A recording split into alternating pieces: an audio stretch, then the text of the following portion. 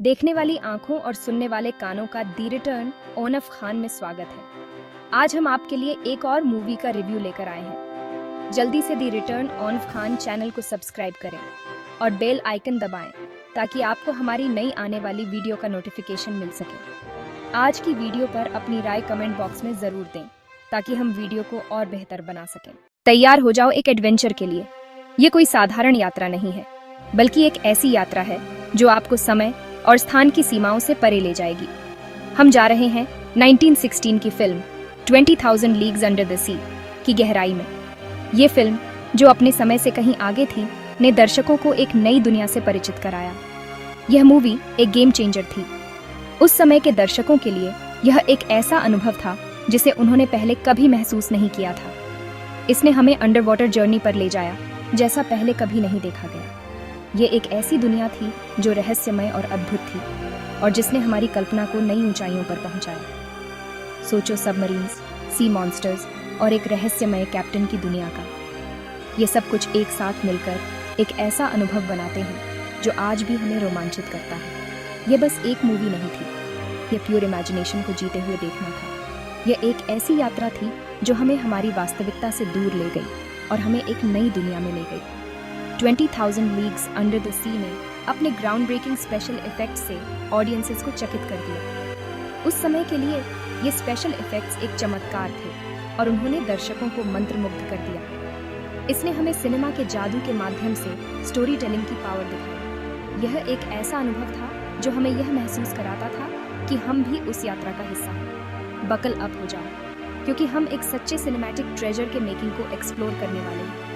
यह एक ऐसी यात्रा है जो हमें फिल्म निर्माण की प्रक्रिया के पीछे के रहस्यों को जानने का मौका देती है। अपनी सांसें थाम लो और डीप को एक्सप्लोर करने के लिए तैयार हो जाओ। यह एक ऐसी यात्रा है जो हमें समुद्र की गहराइयों में ले जाएगी, जहां रहस्य और रोमांच हमारा इंतजार कर रहे हैं। हम जा रहे हैं एक अंडर वाटर एडवेंचर पर। यह एक ऐसी यात्रा है जो हमें समुद्र की गहराइयों में ले जाएगी, जहां हम अद्भुत जीवों और रहस्यमय स्थानों का सामना करेंगे। ये मिस्ट्री, डेंजर और अमेजिंग क्रीचर्स से भरा एक जर्नी है। यह एक ऐसी यात्रा है जो हमें हमारी कल्पना की सीमाओं से परे ले जाएगी। यह है 20,000 लीग्स अंडर द सी की दुनिया।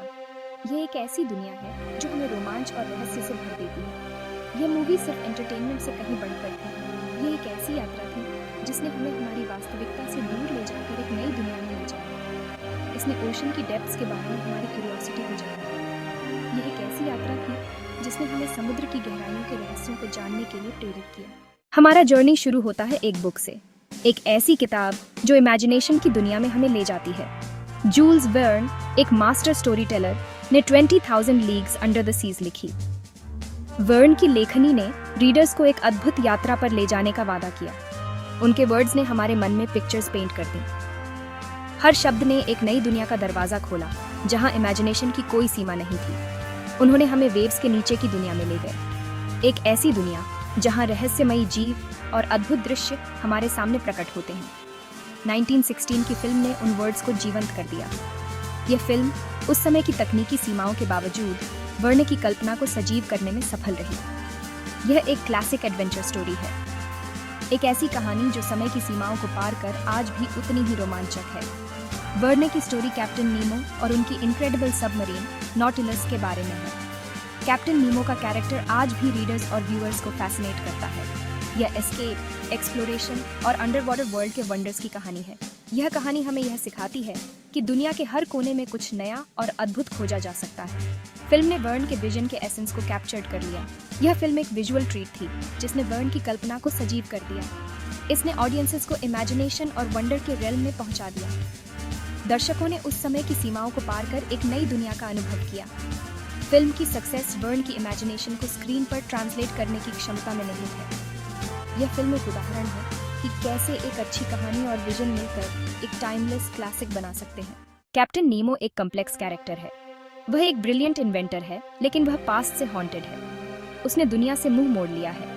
नीमो ओशन की डेप्थ्स में रेफ्यूज ढूंढता है। उसकी सबमरीन नॉटिलस उसका सैंक्चुअरी है। यह उसकी जीनियस का सिंबल है। नीमो कॉन्ट्रडिक्शंस का आदमी है। वह एक कंपैशनेट सेवियर भी है और एक वेंजफुल फोर्स भी। फिल्म उसे एक ब्रूडिंग फिगर के रूप में पोर्ट्रे करती है। वह नॉलेज की प्यास और जस्टिस की चाहत से ड्रिवन है। नीमो के मोटिवेशंस रहस्य में डूबे हुए हैं। यह उसके कैरेक्टर के अल्लुअर को और बढ़ाता है। एक ऐसे जहाज की कल्पना करो जो समुद्र के नीचे 20,000 लीग का सफर तय कर सके। नॉटिलस इंजीनियरिंग का एक चमत्कार है। यह एक self sufficient under water vessel है। यह इलेक्ट्रिसिटी से पावर्ड है। अपने समय के हिसाब से यह रेवोल्यूशनरी था। नॉटिलस सिर्फ एक सबमरीन से कहीं बढ़कर है। यह कैप्टन नीमो का सीक्रेट किंगडम है। फिल्म नॉटिलस को एक भव्य और रहस्यमय जहाज के रूप में डिपिक्ट करती है। इसका इंटीरियर एडवांस्ड टेक्नोलॉजी से भरा है। यहाँ एलिगेंट डाइनिंग हॉल्स और एक विशाल लाइब्रेरी है। नॉटिलस नीमो की ब्रिलियंस को एम्बॉडी करता है। ये टेक्नोलॉजी की बाउंडलेस पॉसिबिलिटीज को हाईलाइट करता है। Section 5 daring escapes and under water encounters. ये फिल्म हमें एक थ्रिलिंग एडवेंचर पर ले जाती है। हम प्रोफेसर एरोनैक्स और उनके कंपेनियंस को फॉलो करते हैं। वे नॉटिलस पर प्रिजनर हैं। वे first hand underwater world के वंडर्स और डेंजर्स को देखते हैं। उनका सामना स्ट्रेंज क्रीचर्स और ब्रेथ टेकिंग लैंडस्केप्स से होता है। फिल्म में इनक्रेडिबल अंडर वाटर सीक्वेंसेस हैं। इन सीन्स ने ऑडियंसेस को कैप्टिवेटेड कर लिया। वे फिल्म मेकर्स की क्रिएटिविटी का टेस्टमेंट है। एक मेमोरेबल सीन में एक जायंट ऑक्टोपस से डेयरिंग एस्केप दिखाया गया है। फिल्म अपने एक्शन पैक्ड नैरेटिव से दर्शकों को अपनी सीट्स के किनारे पर बनाए रखती है। Section 6 a world of wonder showcasing marine life. 20,000 leagues under the sea ने ओशन की ब्यूटी के लिए हमारी आंखें खोल दी। फिल्म में स्टनिंग अंडर वाटर फोटोग्राफी दिखाई गई है। हम तरह तरह के मरीन लाइफ को देखते हैं। कलरफुल कोरल रीफ्स और स्कूल्स ऑफ फिश हैं। फिल्म अंडर वाटर वर्ल्ड के मैजिक को कैप्चर करती है। यह ऑडियंस के लिए एक विजुअल फीस्ट है। फिल्म का मरीन लाइफ का डिपिक्शन ब्यूटीफुल और ऑ इंस्पायरिंग दोनों है। यह हमें नेचुरल वर्ल्ड की वास्टनेस और डाइवर्सिटी की याद दिलाता है।